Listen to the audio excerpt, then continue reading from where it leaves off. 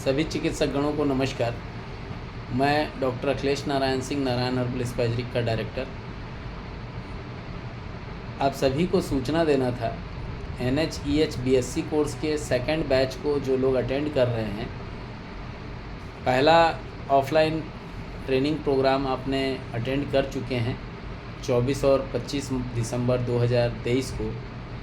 इसका second final जो offline class है, जिसमें एक्सप्लेनेशन होना है what is the meaning of D.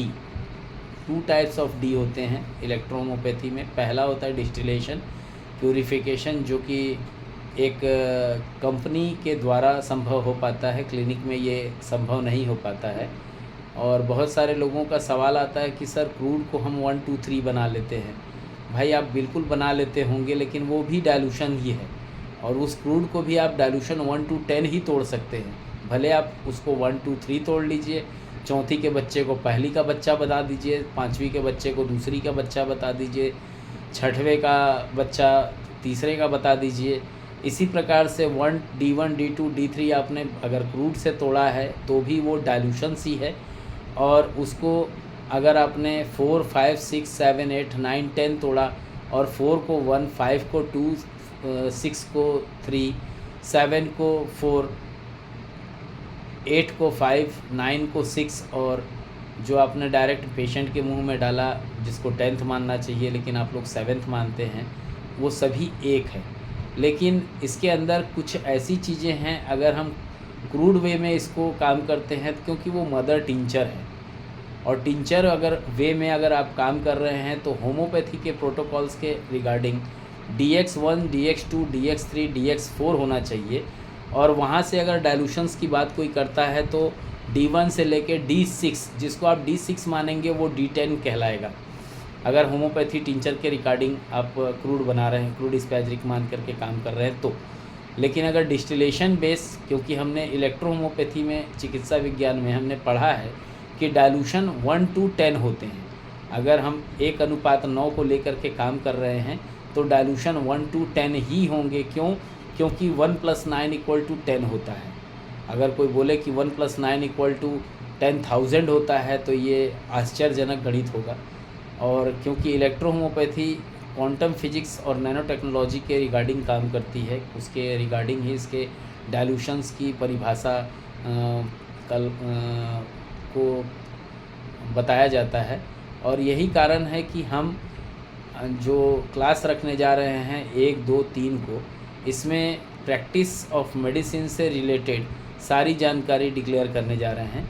इसमें एफरिन फ्राइन मेथड क्या होता है, डायलूट्रुक-बिस मेथड क्या होता है, ग्राउंड जो हर्ब्स होते हैं उसको प्लेनेक्स कैसे किया जाता है, प्लेनेक्स करने के अंदर 7 प्रोसेस होते हैं, वो 7 प्रोसेस कौन कौन से होते हैं, उन प्रोसेस के रिगार्डिंग अगर कोई बोलता है क्रूड है, कोई बोलता है डिस्टिलेशन बेस है, कोई बोलता है क्यू बेस है, कोई बोलता है ओ बेस है, तो ये कौन कौन से बेस हैं और उसको किस किस जगह से बनाए जाते हैं। इसके अलावा में अगर कई लोगों का कहनाम होता है सर D1 D2 D3 बना लेते हैं और उससे हम आगे प्रैक्टिस करते हैं तो कई चीज़ों में बेहतर रिज़ल्ट आते हैं, लेकिन कई चीज़ों में रिज़ल्ट 0 हो जाते हैं। क्यों? ये क्यों का कारण जब तक आप लोग नहीं समझेंगे तब तक मुझे ये समझाने में दिक्कत होगी और आपको समझने में दिक्कत होगी कि कैसे प्रैक्टिस करें। इसलिए जो लोग अपने आप को मानते हैं कि मैं विद्वान हूँ, विद्वान रहिए भैया, कोई मनाही नहीं है। लेकिन अगर आपको ऐसा लगता है कि नहीं, मुझे डाउट है और मैं क्लिनिक में प्रैक्टिस करता हूँ, मुझे डाउट का फेस करना पड़ता है और मेरे पेशेंट कई बार बिगड़ जाते हैं इसके चलते, क्योंकि हम सबकी जीविका है ये, और जीविका में ट्रायल नहीं लिया जा सकता। अगर जीविका में ट्रायल लेगा कोई व्यक्ति तो उसको हो सकता है सक्सेस हुआ तो बहुत अच्छा सक्सेस मिलेगा, बट अगर फेल हुआ तो वो पेशेंट खुद भी जाएगा और 2-4 पेशेंट को तोड़ के जाएगा। तो ऐसा तो मैं नहीं समझता कि कोई भी चिकित्सक चाहेगा कि मेरे पेशेंट टूट जाए। और यही कारण है कि मैंने लास्ट टाइम भी 23-24 तारीख को कार्यक्रम रखा, जिसमें एफरिन फ्राइन मेथड को समझाने का मौका मिला और जंपिंग डाइल्यूशंस के बारे में भी एक्सप्लेन करने का मौका मिला। ये पहली बार है जब मैं 3 दिन का कार्यक्रम रखने जा रहा हूँ, जिसमें एनाटॉमी फिजियोलॉजी पढ़ा करके आप डॉक्टरों का मैं इज्जत नहीं उतारूंगा, क्योंकि आप सभी डॉक्टर्स हैं और एनाटॉमी फिजियोलॉजी के आप मास्टर हैं। और मुझे अगर वो पढ़ाना पड़े और आपको वो पढ़ना पड़े तो मुझे नहीं लगता कि वो चिकित्सकों के साथ में छल होगा, क्योंकि चिकित्सकगण जो चिकित्सक है उसको एनाटॉमी फिजियोलॉजी नहीं आता हो, इतने तो आप लोग गए नहीं हैं। मुझे मालूम है कि चिकित्सक के पास बहुत दिमाग होता है और बहुत डीप तक वो व्यक्ति काम कर सकता है, बस उसको मालूम नहीं है कि डाइल्यूशंस क्या होते हैं, डिस्टिलेशन प्यूरिफिकेशन का मेथड क्या होता है। दोनों अलग अलग मेथड है। जिस प्रकार से आप क्लिनिक में D1 से D10 तक डाइल्यूशंस बना सकते हैं, उसी प्रकार से कंपनी वाले अपने यहाँ D1 से D10 तक डाइल्यूशंस बनाते हैं। लेकिन इसके पहले की जो डिस्टिलेशन प्यूरिफिकेशन का जो मेथड होता है, जिसको क्लिनिक में कर पाना असंभव होता है। क्यों? आप अगर जानना चाहते हैं तो 1, 2, 3 जून 2024 को अटेंड कीजिए क्लास। इस क्लास को अगर आप गुजरात से बिलोंग करते हैं, अहमदाबाद या अहमदाबाद के आसपास के किसी शहर से बिलोंग करते हैं, आपका कोई रिलेटिव अहमदाबाद गुजरात में रहता है और आप उसके यहाँ रुक रहे हैं, तब तो आपको केवल 1500 रुपये दे करके क्लास अटेंड करना है। लेकिन अगर लगता है कि नहीं सर मुझे क्लास भी अटेंड करना है वहाँ रुक करके, क्योंकि लास्ट टाइम चिकित्सकों ने देखा कि रात में 2 बजे भी मेरा मन हुआ, और कुछ चिकित्सकगण थे जो लगभग 56 की संख्या में थे, जिनमें से 12 चिकित्सकों की सहभागिता थी कि सर हमको आप रात में भी पढ़ा दो, जो दिन में आप नहीं पढ़ाएंगे वो चीज़ हमको आप रात में पढ़ा दो। तो मैंने वहाँ पे एक्सप्लेन किया, और ठीक इसी प्रकार से इस बार भी कार्यक्रम होने जा रहा है। और ये कार्यक्रम जो है ये डिस्टिलेशन प्यूरिफिकेशन, एफ्रिन और डाइल्यूट्रुक मेथड, डाइल्यूशंस 1 to 10 जिसमें सीरियल डाइल्यूशंस हैं, 1 ड्रॉप मेथोडोलॉजी है, 1 ml मेथोडोलॉजी है, और इसके अलावा में अगर रेशियो की बात करते हैं तो 1:1, 1:3, 1:5 और 1:9 के बारे में ही क्लास होगी। कोई ये दिमाग तो बिल्कुल नहीं लगाएगा कि सर हम RS बेस हम मेडिसिन्स बनाते हैं तो उसमें क्या करें। ये एक क्लिनिकल ट्रायल रिसर्च का मामला है और ये दूसरे दिन पढ़ाया जाने वाला सब्जेक्ट है। अगर आपको लगता है हाँ ये सब्जेक्ट मुझे पढ़ना चाहिए, बिल्कुल आप अटेंड कीजिए। क्लास अटेंड करने के सूरत में आपको पेमेंट जो जमा करना है टोटल 7,500 रुपये जमा करना है, जिसको 2 पार्ट में करना है। एक पार्ट है आपका जिसमें आपको 1,500 जमा करना है। गूगल पे आप करेंगे 9407761264 पे, और जिन चिकित्सकों को रुकने की रहने की जो व्यवस्था होती है अगर वो चाहते हैं, क्योंकि 3 दिन होटल में रुकना खाना ये पॉसिबल नहीं है कि इससे कम में किया जा सके। 6,000 रुपये रेट रखा गया है, प्राइस रखी गई है आपके रुकने की के सूरत में। मतलब आप 6,000 रुपये देंगे रुकने के लिए, होटल की व्यवस्था के लिए। जो पेमेंट जमा करना होगा 9904248934, रविंदर शर्मा जी का नंबर है ये। और जो चिकित्सकगण एजुकेशन वे में पेमेंट को जमा करेंगे 1,500 रुपये को, वो 9407761264 पे करेंगे। इसमें चिकित्सकों के लिए समझने वाला चीज़ है कि अगर हमारे पास मेडिसिन मान लेते हैं डाइल्यूशन 3rd, किसी ने क्रूड लिया 1, 2, 3 बना लिया, बहुत अच्छा काम किया, लेकिन अगर मेरे को 1 और 2 की ज़रूरत पड़ रही है, मैंने तो 3 पूरा बना डाला, अब मेरे को 1 और 2 की ज़रूरत पड़ रही है, मैं कैसे काम करूँगा? पॉसिबल ही नहीं है। क्यों? क्योंकि मैंने आगे का स्टेप सीखा है। गाड़ी फॉरवर्ड करना आता है मुझे, रिवर्स करना नहीं आता। तो रिवर्स करना नहीं आता तो फिर प्रॉब्लम है, क्योंकि आपने अगर मेडिसिन लिया 1 ml और आपने 1 ml से 10 ml D1 बनाया, 100 ml D2 बनाया, 1 लीटर आपने डाइल्यूशन 3rd भी बना लिया, लेकिन डाइल्यूशन 3rd 1 लीटर का मेरे पास उपयोग नहीं है। मुझे ज़रूरत थी D2 की, उस 3rd से पहले वाले डाइल्यूशंस की, जिसको न्यूट्रल वे में मैं कहीं पे भी उपयोग कर सकता था। लेकिन अब तो मैंने डाइल्यूशन 3rd बना करके उसको 1 लीटर कर दिया। अब मुझे D2 के 3 ml की आवश्यकता है। मैं कितना दवाई लूँ कि मेरा D2 का 3 ml के बराबर D3 से हो जाए। ये कोई एक्सप्लेन करेगा नहीं, बट ये एक्सप्लेन होने वाला सब्जेक्ट है। आप अगर लगता है कि हाँ मुझे क्लास अटेंड करनी चाहिए तो बिल्कुल आपका स्वागत है। और इसके अलावा में जो कुछ तथ्य हैं जिनको क्लिनिकल ट्रायल रिसर्च के रिगार्डिंग मैंने पाया, इनका एक्सप्लेनेशन है लास्ट दिन। और उसके बाद भी अगर आपकी कुछ क्वेरीज़ रह जाती हैं, कुछ जानकारी आप चाहते हैं, तो आप रात में 11 बजे से लेकर के रात में 2 बजे तक के बीच में आप मुझसे इसकी जानकारी ले सकते हैं। मैं प्रतिदिन उपलब्ध रहता हूँ इस टाइम पे, बताए हुए टाइम पे, क्योंकि सभी क्लिनिकल रिसर्च ट्रायल करने वाले जो प्रैक्टिशनर्स हैं वो दिन में क्लिनिक चलाते हैं, शाम को भी क्लिनिक चलाते हैं, और वो 10:30-11 बजे के बाद ही फ्री हो पाते हैं। तो जब 10:30 बजे फ्री होते हैं, घर पहुंचते 11 बज जाता है, खाना वगैरह खा करके 11:30 बजता है, तो उनके मन में एक जिज्ञासा आती है कि कोई तो होता जो हमें बताता कि हाँ सर, ये जो मैं कर रहा हूँ ये एक्चुअल में है क्या। तो अगर आपको लगता है कि हाँ वो एक्चुअल में क्या है, आपके मन के अंदर जो उठ रहे सवाल हैं उसकी जो सॉल्यूशन होना चाहिए, अगर आपको कोई नहीं बता रहा है तो आप उस दिन पूछ सकते हैं।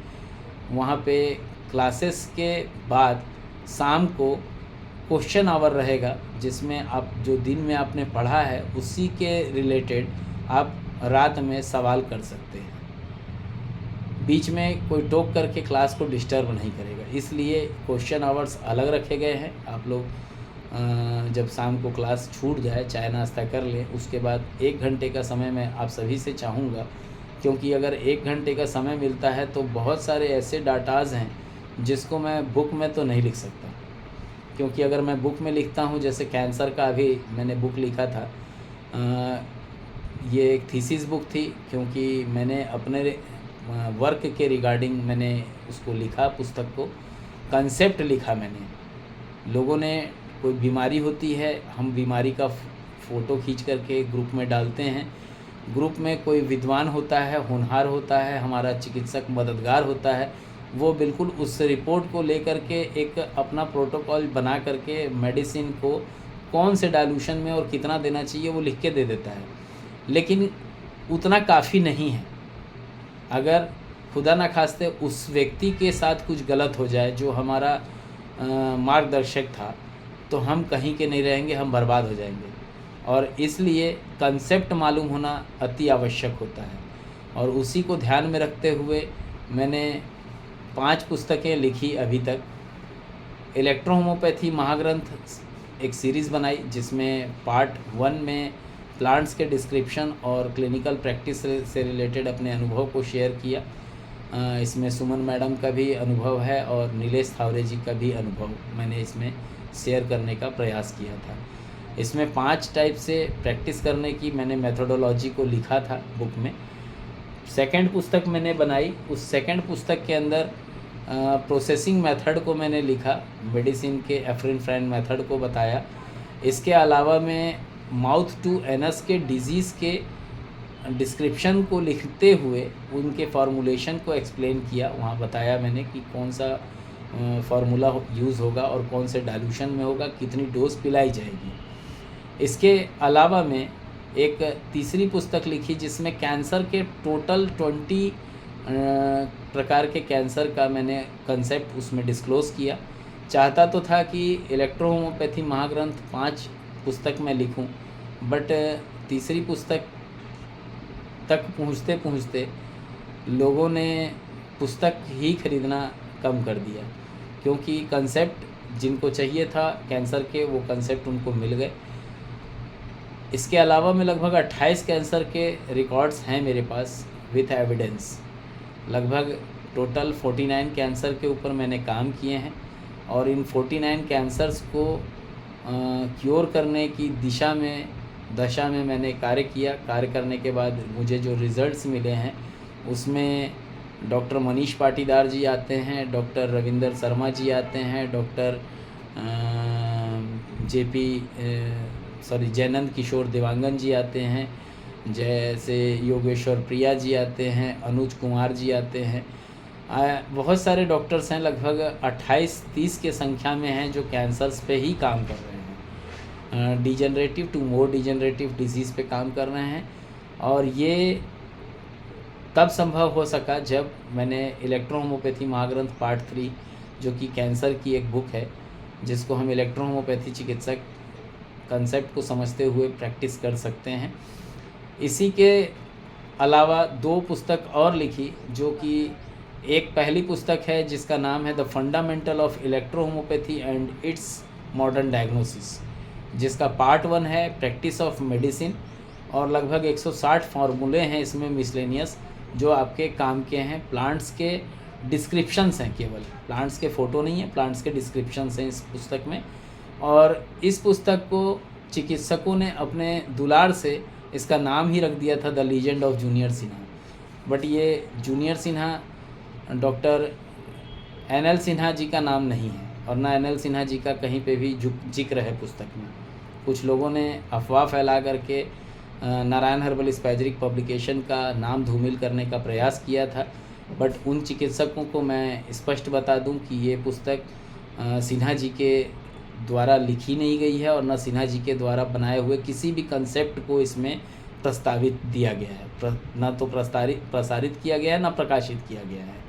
ये पुस्तक डॉक्टर शेख मंसूर जी थे महाराष्ट्र के, उनके मरणोपरांत उनके सिखाए हुए जो प्रोटोकॉल्स थे, उसके आधार पे इस पुस्तक को लेखित करने वाला रचनाकार मैं डॉक्टर अखिलेश नारायण सिंह, इलेक्ट्रोहोमोपैथी चिकित्सक, मैंने इस पुस्तक की रचना की है। इस पुस्तक का नाम the fundamental of electrohomoeopathy and its modern diagnosis है। इसी का पार्ट 2 है। हालांकि मेरी लाइफ की ये सबसे पहली पुस्तक होनी चाहिए थी, लेकिन मैंने इसका नाम चिकित्सकों के वजह से कि नहीं सर, हमको फंडामेंटल बाद में बता दीजिएगा, हमको पहले प्रैक्टिस ऑफ मेडिसिन बता दीजिए, तो प्लांट्स के वैसे ही चालू करना पड़ता है। प्लांट्स के एक्सप्लेन किया, प्लांट्स के बाद हमने उसको कौन कौन सी मेडिसिन्स होती है उसका एक्सप्लेनेशन दिया था। बट जो the fundamental of electrohomoeopathy and its modern diagnosis पुस्तक है, इस पुस्तक की खासियत ये है कि अगर आप 10वीं पास किए हैं जस्ट, और आपने किसी भी सिस्टम ऑफ मेडिसिन से बिलोंगिंग नहीं है,